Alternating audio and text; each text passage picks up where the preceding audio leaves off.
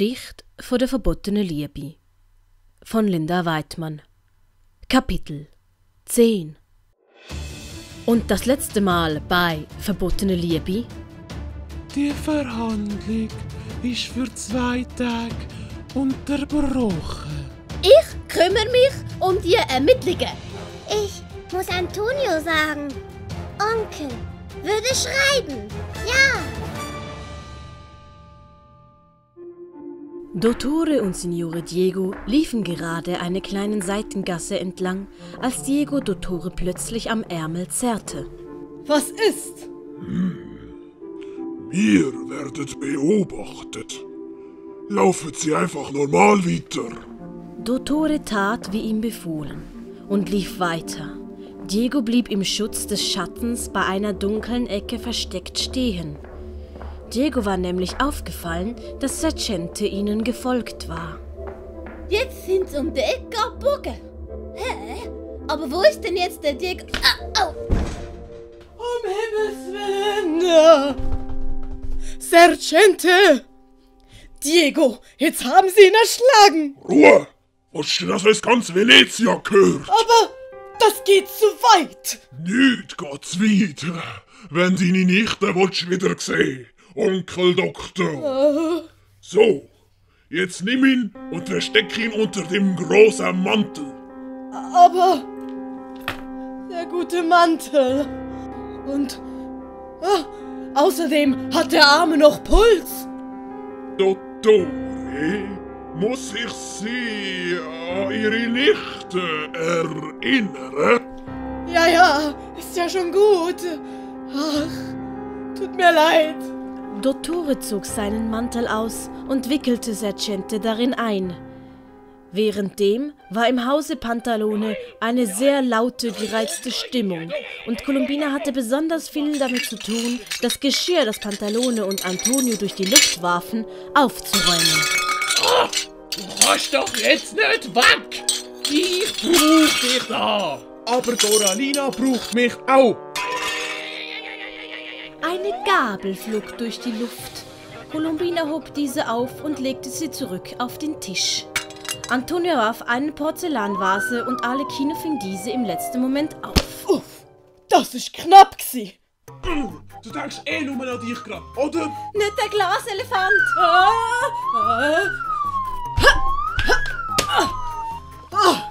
Hanin! Das macht ja richtig Spaß. Das nächste Mal gerne etwas Größeres.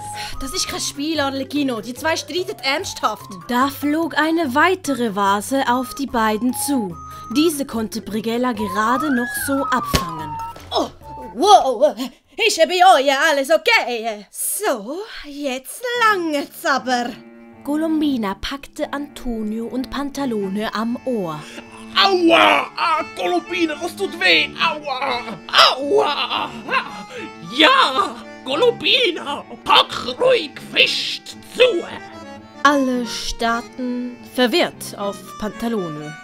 Ich meine, aua! Lass los, Colombina! Aua! Das tut weh! Colombina ließ die beiden los. In dem Moment flog Täubchen durch das Fenster herein. Oh nein, wieso landest du immer auf meinen Kopf? Dübli! Was dreist du denn da umeinander?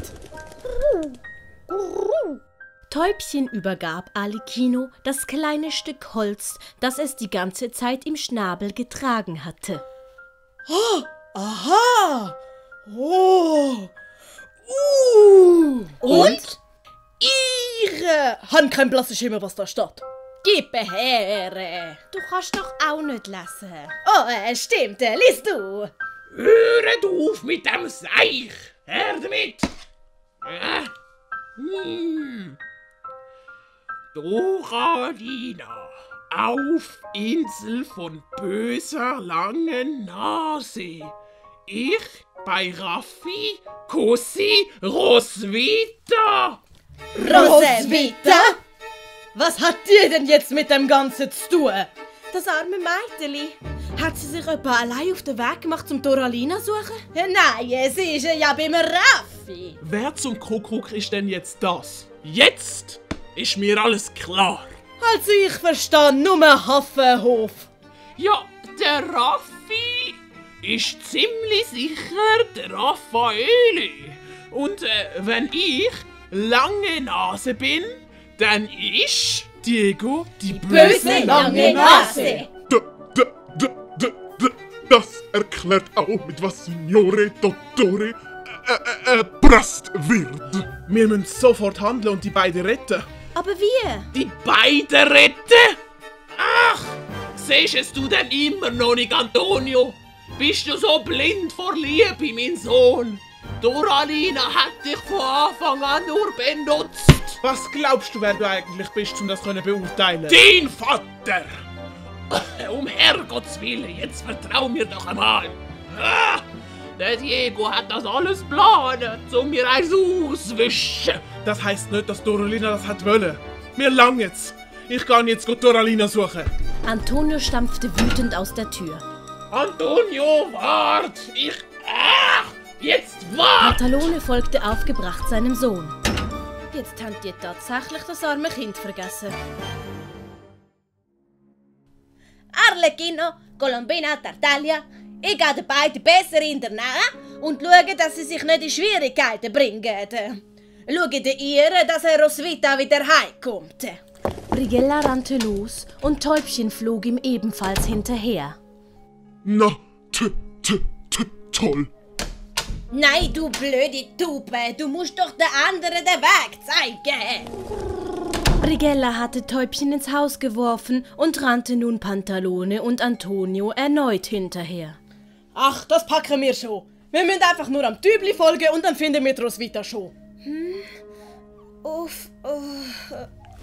Colombina! Colombina war auf dem Boden zusammengesunken.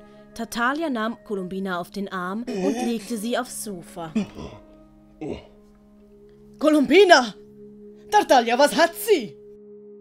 Tartaglia überprüfte besorgt Colombinas Kopfwunde, die sie damals von Pantalones Ausraster erhalten hatte. Kopfwunde ist aufgegangen. Oh nein!